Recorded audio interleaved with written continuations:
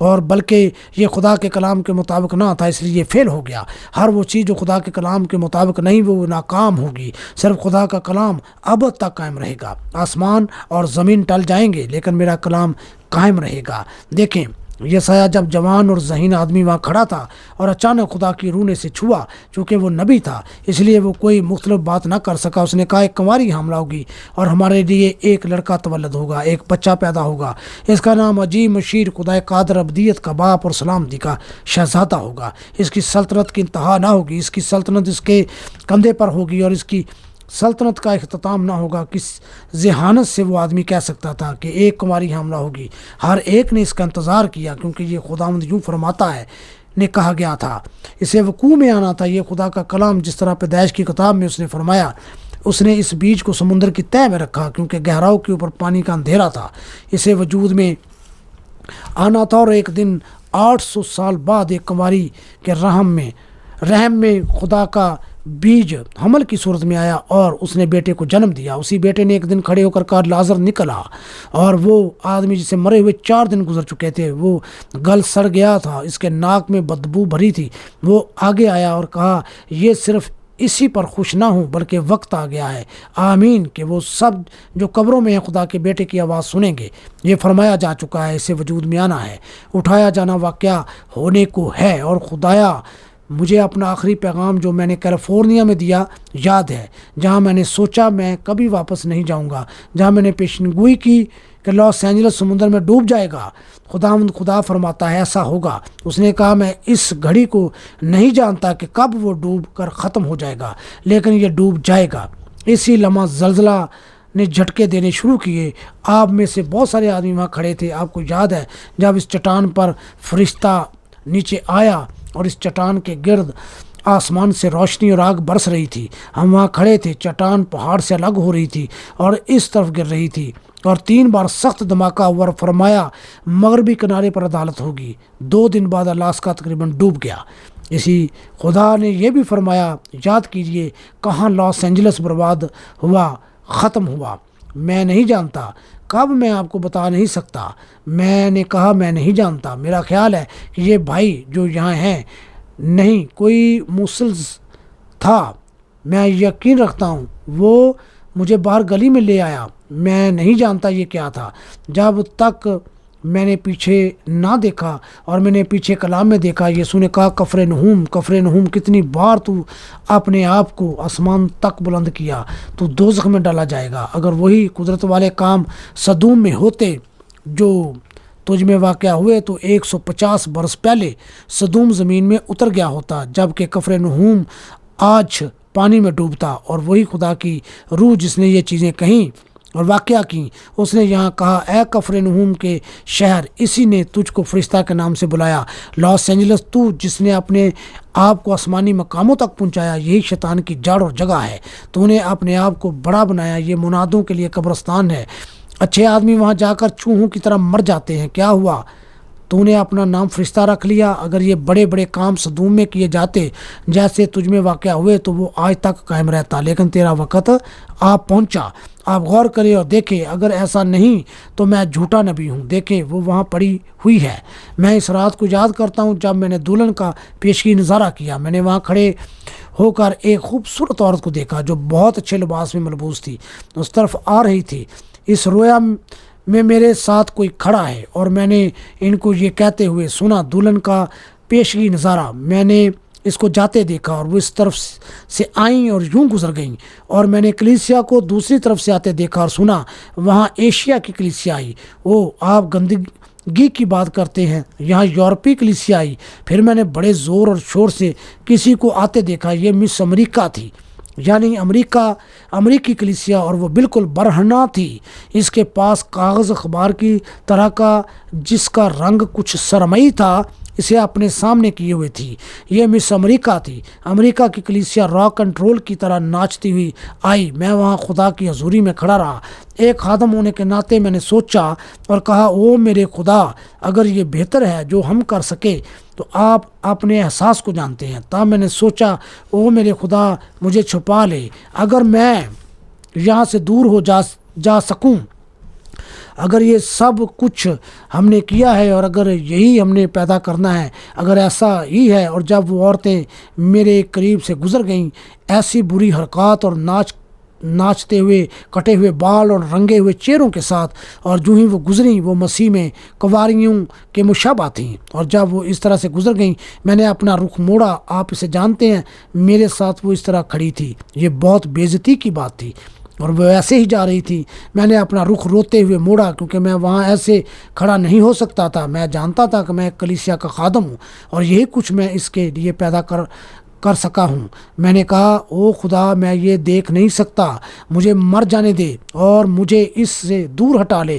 اور جو ہی ایسا ہونے لگا، ہر بار ان میں سے ایک آتی اور وہ کسی خاص جگہ جا کر گر جاتی اور مجھے ان کے جانے کی آواز سنائی دیتی، اور پھر میں نے مسیحی سپاہیوں کے چلنے اور بڑھنے کی آواز سنی، اور میں نے دیکھا کہ چھوٹی لڑکیوں کا ایک مقدس گروہ، بلکہ ایسی تھیں، انہوں نے اچھے لباس پہن رکھے تھے، ان کے لمبے بال ان کے پیچھے گرے ہوئے تھے، اور وہ کلام کے نقشہ کے مطابق صاف ستھری چال چل رہی تھی۔ وہ کلام تھی، اور ایسا نظر آتا تھا جیسے ہر قوم میں سے ایک ہے۔ جب وہ گزر رہی تھیں میں انہیں دیکھ رہا تھا، پیچھے جانے کی بجائے انہوں نے اوپر جانا شروع کیا، اور میں نے غور کیا 2-3 اس لائن سے باہر نکلنے کی کوشش کر رہی تھی۔ میں نے پکارا، لائن میں رہو، اور پھر رویا ختم ہو گئی، اور میں کمرے میں کھڑا پکار رہا تھا، لائن میں رہو۔ میں حیران تھا کہ شاید یہ ہو چکا ہے اور شاید دلہن بلائی جا چکی ہے۔ کیا یہ ایسا ہی ہے جس میں سے ہم گزر رہے ہیں؟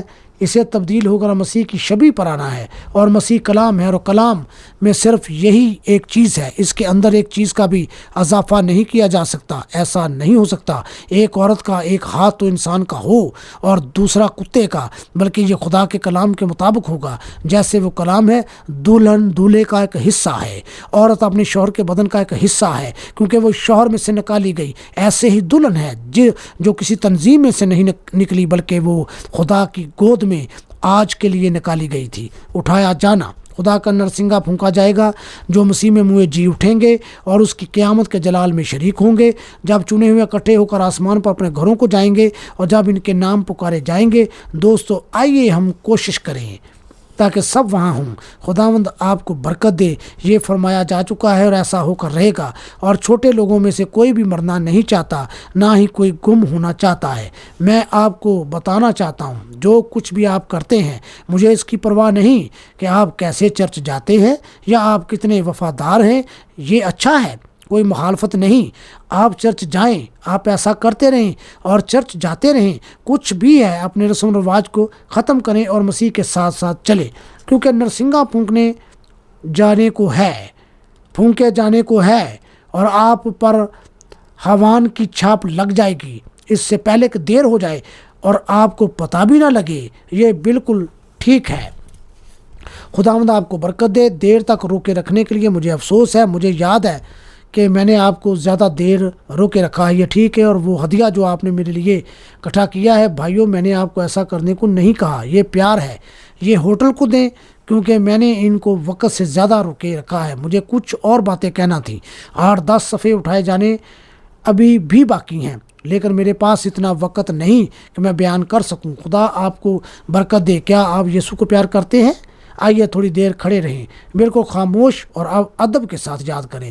میں نے کیا کہا ہے؟ یاد کیجئے کہ ہم آخری لمحہ میں ہیں، یہ قومیں ٹوٹ رہی ہیں، اسرائیل جاگ رہا ہے۔ وہ نشانات جو بائبل نے پہلے بتائے ہیں، غیر قوموں کے دن پورے ہو چکے ہیں۔ خوف اور بوجھ کے ساتھ اے بکھرے ہوئے، اپنے آپ واپس آؤ، نجات اور چھڑائے جانے کا دن نزدیک ہے۔ آدمیوں کے دل خوف سے ختم ہو رہے ہیں، روح سے معمور ہو جائیں۔ آپ کی مشلیں درست اور صاف ہونی چاہیے۔ اوپر دیکھیں، آپ کی مخلصی قریب ہے۔ کیا آپ یہ جانتے ہیں جھوٹے نبی جھوٹ بول رہے ہیں؟ ہم اس حقیقت کو جانتے ہیں، کیا نہیں؟ وہ خدا کی سچائی کے منکر ہے۔ میں اسے پیار کرتا ہوں اس لیے کہ اس نے پہلے مجھے پیار کیا اور میری نجات خریدی کلوری کی صلیب پر۔ کتنے ہیں جو اسے پیار کرتے ہیں؟ یہ ہاتھ بلند کریں۔ میں چاہتا ہوں کہ جب دوبارہ ہم یہ گائیں، اپنے نزدیک کسی سے ہاتھ ملائیں اور کہیں، خدا آپ کو برکت دے۔ ہم پردیسی اور مسافر ہیں، کیا ہم مسافر نہیں؟ میں اسے پیار کرتا ہوں۔ میز کی دوسری طرف سے یہ ہے بات، میں اسے پیار کرتا ہوں کیونکہ اس نے پہلے مجھ سے پیار کیا اور میری نجات کو کلوری کی صلیب پر خریدا۔ اب آپ اٹھائے جانا چاہتے ہیں؟ کتنے ہیں جو اٹھائے جانے کا شوق رکھتے ہیں؟ کہیں کہ خدا میں پورے دل سے ایسا چاہتا ہوں خداوند کہ لا تبدیل ہاتھ کو پکڑ لیں۔ آپ اس گیت کو جانتے ہیں بہنوں، خدا کے لا تبدیل ہاتھ کو تھام لیں۔ میں اس گیت کو نہیں جانتا، پیٹ اس میں کیا ہے؟ آئیے خدا کے لا تبدیل ہاتھ کو تھامیں، خدا کے لا تبدیل ہاتھ کو تھامیں، ان ابدی چیزوں پر اپنی امیدیں لگائیں، خدا کے لا تبدیل ہاتھ کو تھام لیں۔ کیا آپ کو یہ پسند ہے؟ جب ہمارا سفر مکمل ہو جائے گا اور اگر آپ خدا کے وفادار ہیں تو آپ کا چمکتا ہوا گھر اس کے جلال میں آپ کی اٹھائی ہوئی روح اس کا نظارہ کرے گی۔ خدا کے لا تبدیل ہاتھ کو پکڑے رہیں، ابدی چیز پر اپنی آس لگائیں، خداوند کے قوی ہاتھ کو تھامے رکھیں۔ اب میں چاہتا ہوں کہ ہم اپنے سروں کو جھکائیں، اس دنیا کی بڑی بڑی چیزوں کی خواہش نہ کرو، یہ بہت جلد فنا ہو جائیں گی۔ آسمانی خزانوں کی تلاش کرو، وہ کبھی ختم نہیں ہوں گے۔ خدا کے لا تبدیل ہاتھ کو تھامے رہو اور میری نجات کو کلوری کی صلیب پر خریدا۔ اب ہم اپنے سروں کو جھکائیں اور ذہن میں یہ رکھتے ہوئے کہ جانتے ہوئے کہ ہم اسے زمین پر سیدھا کر رہے ہیں جسے ہم بنے ہیں، کسی دن اسی میں ہم واپس لوٹیں گے، یہ جانتے ہوئے کہ ہماری جان خدا کو جواب دہ ہے۔ اور اگر آپ محسوس کریں کہ آپ اس اٹھائے جانے کے لیے ابھی تیار نہیں، اور اگر آج رات ہی ایسا ہو جائے اور اگر آپ کے لیے دعا کی جائے، صرف اپنا ہاتھ بلند کریں۔ مذبح پر بلانے کے لیے جگہ نہیں، اب آپ کا مذبح آپ کا دل ہے۔ خدا آپ کو برکت دے۔ میں محسوس کرتا ہوں بھائی برینم کہ میں تیار ہوں۔ یقیناً میں ایک مسیحی بننا چاہتا ہوں، میں نے ہمیشہ ایسا کرنا چاہا، لیکن کوئی نہ کوئی کمی رہی۔ میں یہ بھی جانتا ہوں کہ جہاں مجھے ہونا چاہیے میں وہاں نہیں۔ خداوند مجھ پر رحم کر، میں اپنا ہاتھ بلند کرتا ہوں، مجھ پر رحم کر۔ اب کوئی 20-30 ہاتھ اس جماعت میں بلند ہو چکے ہیں اور زیادہ ہو رہے ہیں۔ پیارے خدا، تو جانتا ہے کہ اب کے دلوں میں کیا ہے جنہوں نے ہاتھ بلند کیے۔ ہمارے خداوند، میں دعا کرتا ہوں کہ میں صرف ایک خیمہ کا ذمہ دار ہوں اور وہ سچائی کو بیان کرنا ہے۔ پیارے خدا، وہ بچنا چاہتے ہیں، وہ کوئی ایسی چیز نہیں چاہتے جو صرف خواہش ہی ہو، یا کوئی ایسا کام، کوئی تنظیمی نظام، کوئی تعلیم یا رسم و رواج جس کا اضافہ کیا گیا ہو۔ باپ وہ چاہتے ہیں کہ انہیں خالص لا تبدیل خدا کے کلام کی چاہت ہے۔ ہر دوسری چیز ختم ہو جائے، یہاں تک کہ آسمان اور زمین ٹل جائیں گے، لیکن تیرا کلام نہیں ٹلے گا۔ اور اگر ہم وہ کلام ہوں تو زمین ہمارے نیچے سے سرک جائے گی، کیونکہ ہم وہ کلام دولہا کی دلہن ہیں۔ باپ، میری یہ دعا ہے کہ تو ان سب کو عنایت فرما، میری پرخلوص دعا ہے۔ اے باپ، مجھے معاف کر کہ آج رات میں بہت پریشان رہا اور یہاں پر زیادہ دیر ہو گئی اور پریشانی کے عالم میں ٹوٹے پھوٹے الفاظ کہتا رہا، پھر بھی تیرا روح پاک ان کی رہنمائی تیرے روحانی طریقہ سے کرتا رہا۔ وہ میرے دل سے لوگوں کے دلوں میں وہ تمام مقاصد بیان کرتا رہا۔ کیا خدا تو نے ایسا نہیں کیا؟ اور جو بچ سکتے ہیں انہیں بچا اور اپنی طرف لا، اور ہمیں اس اٹھائے جانے کے لیے جو جلد واقعہ ہونے کو ہے تیار کر۔ یہ سب کچھ تیرے پیارے بیٹے یسوع مسیح کے نام سے مانگ لیتا ہوں۔ خداوند آپ کو برکت دے، آمین۔